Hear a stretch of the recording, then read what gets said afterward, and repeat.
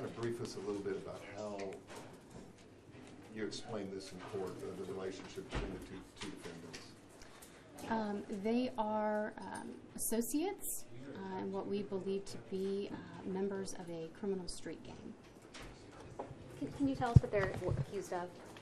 They're accused of the murder of someone only known to us as of yet as Genesis, as well as the aggravated kidnapping of a juvenile female.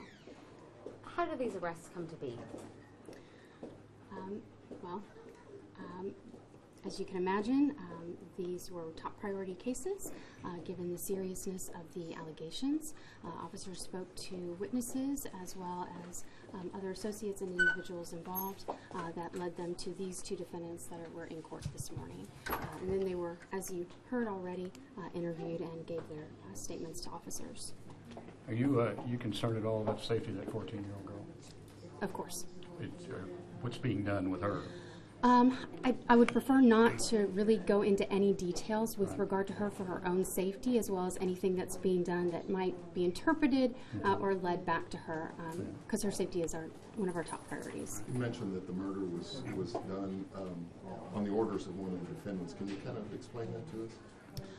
Yes, as members of a criminal street gang, there is basically a leadership structure which was stated by one of the defendants, and that as a leader over the other individual, that he gave orders to the co-defendant to kill the female that we know as Genesis.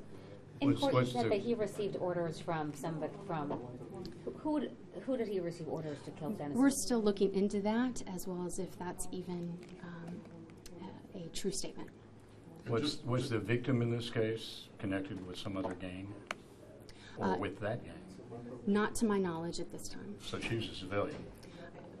We're still looking into all possibilities at this point. Right now, I don't have any information that would suggest that she was a member of any criminal street gang. Do you know how she was, these two women were chosen, why they would? Not at this time, I do not know. Clarification, just who do you believe actually did the murder? Co-defendant Diego Rivera gave a statement to police stating that he fired the weapon. Okay. And this is, did he give you motive? Did he say because she had showed disrespect for whatever it was he was doing? We're still looking into all the possibilities of why he may have done what he did. Are you able to talk at all about the kidnapping and the other victim that came forward? What has it been like for her the last couple of weeks? I really don't want to go into anything regarding her. She is a juvenile. We want to make sure that she is protected. And so, as you all already know, that which is public record, I prefer not to go beyond that.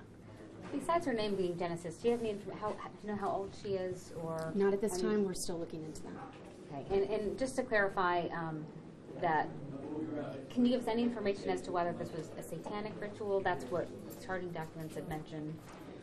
There are suggestions to that effect, but we are still looking into exactly what the motive was for this killing.